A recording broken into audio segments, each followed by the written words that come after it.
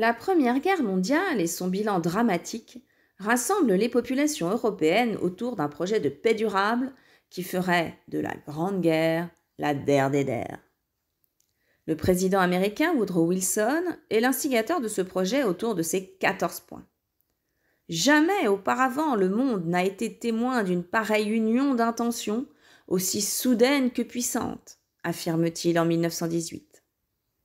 Wilson a pour ambition de fonder un nouvel ordre international, organisé autour d'une association générale des nations. Celle-ci reposerait sur une diplomatie ouverte et le droit des peuples à disposer d'eux-mêmes.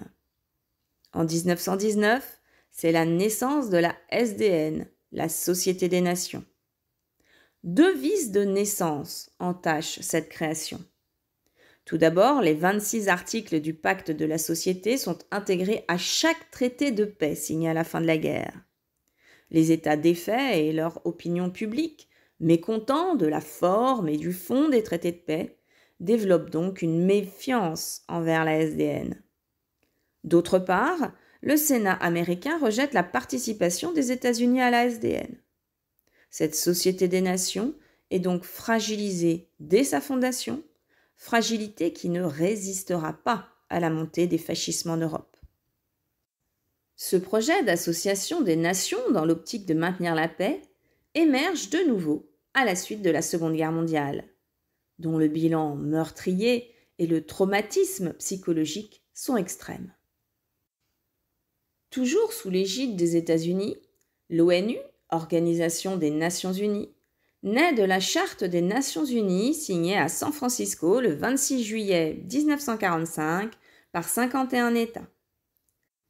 L'ambition est de préserver la paix dans le monde, en instaurant une démocratie internationale et en gérant l'usage de la force légitime par une concertation des puissances au travers de la création d'une armée onusienne.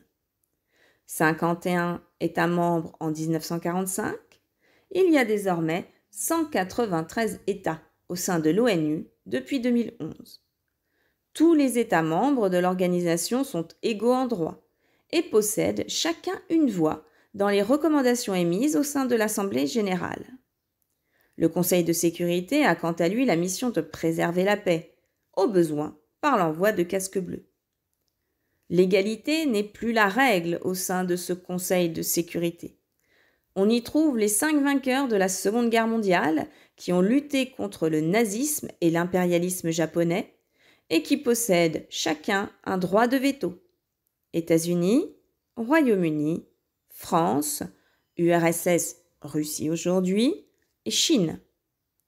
Les 5 membres permanents du Conseil de sécurité sont complétés par 10 membres non permanents élus pour 2 ans.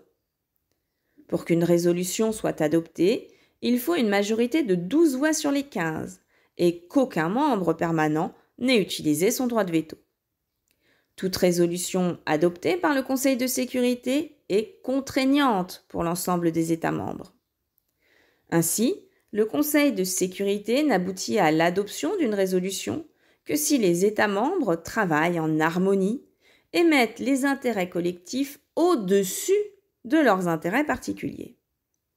La guerre froide est l'épreuve de vérité qui met rapidement en lumière les limites de ce fonctionnement et les limites de la bonne volonté de chacun. Avec la guerre en Syrie qui dure depuis 2011 ou la guerre en Ukraine déclenchée suite à l'invasion russe le 24 février 2022, les critiques sur les faiblesses, les inégalités et les blocages du fonctionnement de l'ONU ont émergé de nouveau avec plus d'acuité. Aucun pays africain parmi les membres permanents du Conseil de sécurité, un droit de veto qui bloque toute résolution et une hégémonie des Occidentaux au Conseil de sécurité.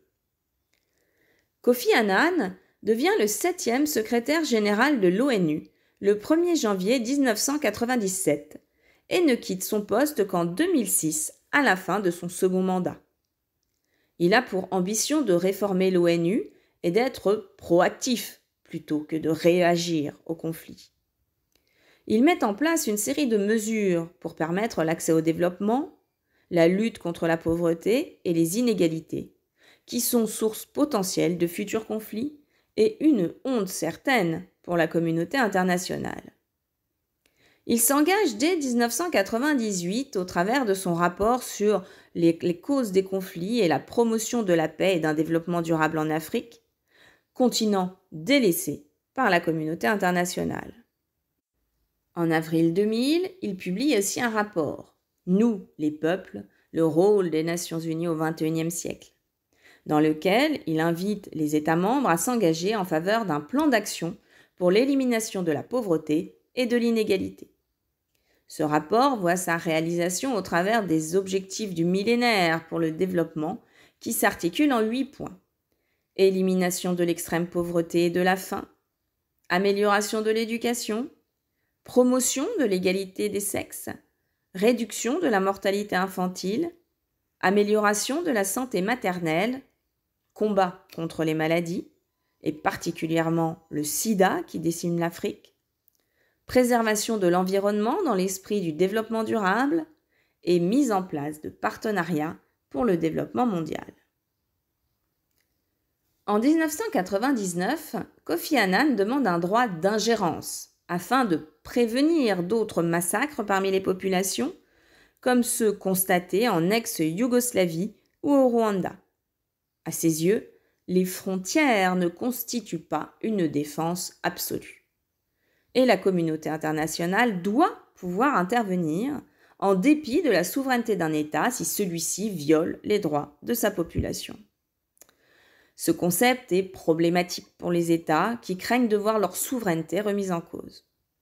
Finalement, en 2005, l'ONU s'accorde sur une responsabilité de protéger plutôt qu'un droit d'ingérence, principe de responsabilité sur lequel les États parviennent à s'entendre. En 2001, l'ONU et Kofi Annan reçoivent le prix Nobel de la paix. Pour le comité Nobel, rien n'incarne mieux cet espoir de paix que l'ONU. 9 missions de maintien de la paix, de consolidation de la paix ou de rétablissement de la paix reçoivent des mandats sous la direction de Kofi Annan. Parmi elles, 6 sont dirigées vers l'Afrique. On dénombre aussi, parmi ces 9 missions, 2 missions qui sont encore en cours. Certaines missions de l'ONU toujours en cours sont d'ailleurs très anciennes, comme en Palestine depuis 1948, en Inde et au Pakistan depuis 1949 ou à Chypre depuis 1964.